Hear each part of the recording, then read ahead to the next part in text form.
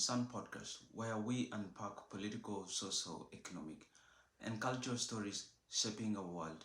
I am Emmanuel Taban.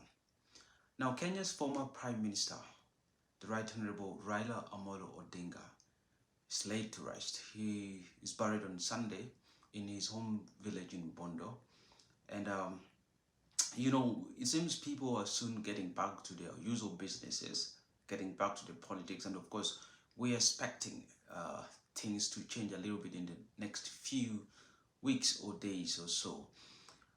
But one important thing that I want to talk about on this video is that while the death of Raila Odinga seems to have been a moment where it brought the nation together in mourning, where politicians from all political affiliations or political divides came together for the state funeral that happened at Kasarani, but also during the burial that happened on Sunday at his home village in Bondo.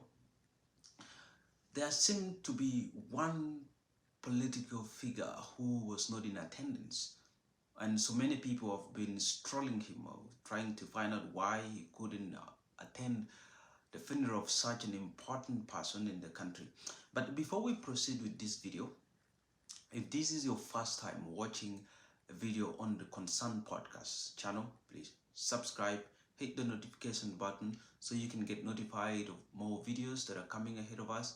And like, of course, and if these videos motivates you, if you like them, then share with your friends and your closest circle. It is a way of making this channel grow. Thanks so much for those who have been supporting us and continue doing so. Now back to the purpose of this video. As I said, that the only politician, very prominent person, who seemed not to have, who seems, I don't know if he attended or no, but I think according to most of the videos, because I've been following the whole funeral thing, and I've never seen Rigathi Gachagua attending the state funeral at Kasarani, nor at Raila's home village in Bondo. And so many people have been asking questions. Why is Rigathi Gachagua not attending this funeral? Why is he not attending? And like on Sunday, during the burial of Raila Odinga in his home village in Bondo, Rigathi instead posted on his Facebook account pictures of him and the family and the wife, Pastor Dorcas, celebrating her 60-year birthday. Very, very good one. And they were posting while smiling, looking happy, when the whole country is in a mourning mode. And but I want to address this. On this video, I want to try to explain why I think Rigathi Gachagua made a very smart move not to attend the funeral of Raila Odinga. I know so many people are criticizing him, so many people are coming with so many reasons as to why Rigathi has not attended the funeral. But to me, the move made by Rigathi Gachagua was a very, very smart move. Because most of the opposition politicians, the like of Kalonzo Musyoka, Eugene Wamalwa, Fred Matiang'i, the likes of Martha Karua, they were all in attendance.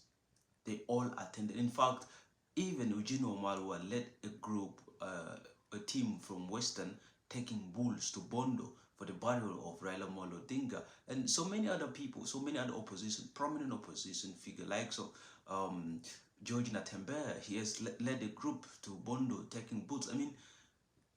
The burial of Raila was attended by opposition leaders from, across the aisles, but the absence of Raila, the absence of Rigathi Gachagua, rose so many eyebrows. But as I said, that I want to tell you why I feel Rigathi made a very smart move by not attending Raila's burial. Because one, you remember when rumors were spreading about Raila's absence and his healthy conditions, and people asking questions on the social media, where is Raila Odinga? He has not been seen in the public for so many days. Rumors were spreading everywhere across the country, and some of the ODM members came out and they accused Rigathi Gachagua and Kalonzo Musyoka of spreading fake news or misinformation about Raila's health, claiming that Raila is not feeling well.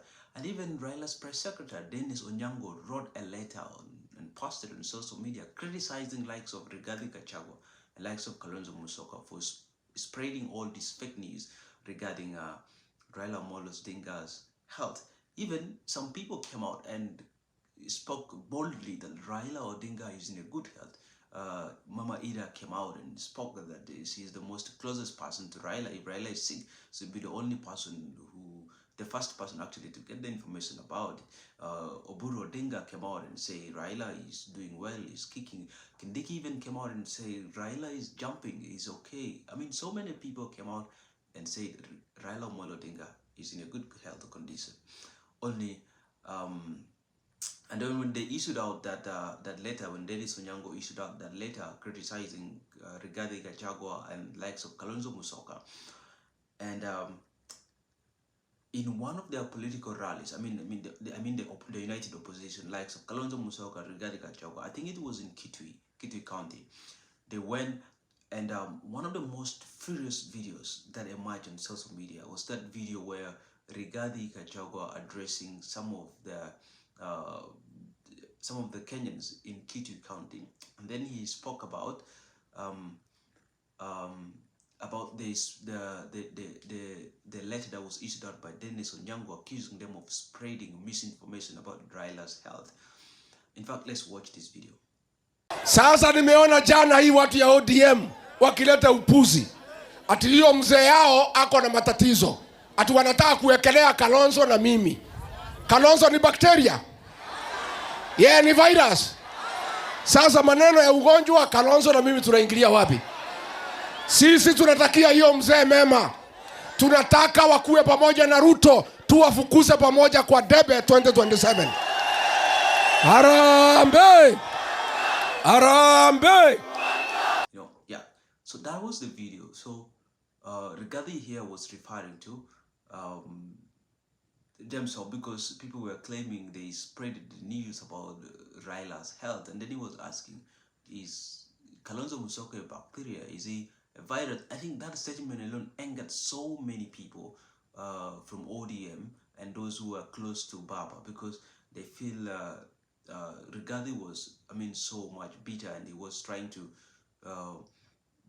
he hate Baba according to them, and had Raila. After that statement, a few days, that's when the news about Raila's death came out. So you could imagine the kind of political temperatures that would emerge when when Rigathi Gachagua had attended the state funeral at Kasarani. The whole crowd, the whole event would have turned out to be a political event where politicians go and exchange words and so forth. Even if it was to go to Bondo, that would be the worst thing, because some people already came out and warned him of going to Bondo to attend the burial of Raila Odinga. So going for the funeral at Kasarani and at Bondo would have been seen by so many people who are close to Raila Odinga as Rigathi Gachagua would have been seen as an hypocrite or an opportunist who now wants to actually play out the advantage of Raila absence and to try to win the hearts of many people from Luo Nyanza. That was the thing that was going to be being seen from Rigathi Gachagua, but also he would be seen as a hypocrite, because this is a guy who was speaking so much against Raila Odinga just a few days before he died, and now that he has died, he's claiming to be mourning and sad. So many people would have seen him that way. But also, even when he was to attend the funeral, the state funeral at Kasarani, I think Rigathi would have been humiliated so much. He would have been humiliated. I think he made the right calculation. He calculated his moves, and he didn't actually turn out during the state funeral. And to me, I feel, remember, Kalonzo Musyoka, someone who has been with Raila for so many times. He helped Raila. Sometimes he sold out his presidential ambition just to support Raila Odinga. But during the state funeral at Kasarani, he was not given any single minute to speak. Now imagine if it was Rigathi Gachagua, who has been a very critical of Raila Odinga, had he attended that Kasarani event. Just look at the humiliation that Rigathi would have been put into. I mean, he would have received a maximum number of insult and criticism from ODM members. But to me also, I even don't think like Rigathi Gachagua attending it is very important because, I mean, remember when he was impeached a few days later after his impeachment, he lost to one of his aunties, a very dear auntie, and no one wished him even well. No one came out and say like you could like the kind of isolation that Rigathi went through during after his impeachment was very, I mean, bad one. But I'm not saying that he should reciprocate by not attending, but I feel his absence during the burial, I think it was for his own good. That was a very good political calculation to me, and he didn't really need to attend it.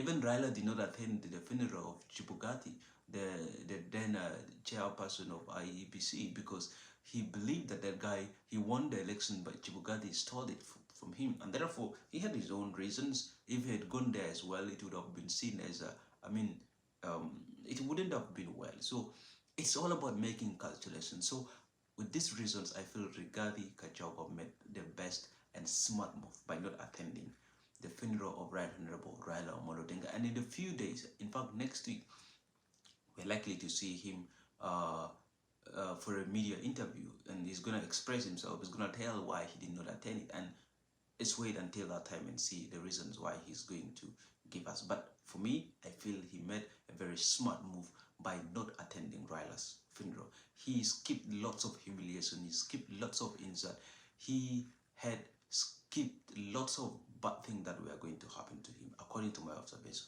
So thank you so much. I am Emmanuel Taban, and this is the Concern Podcast.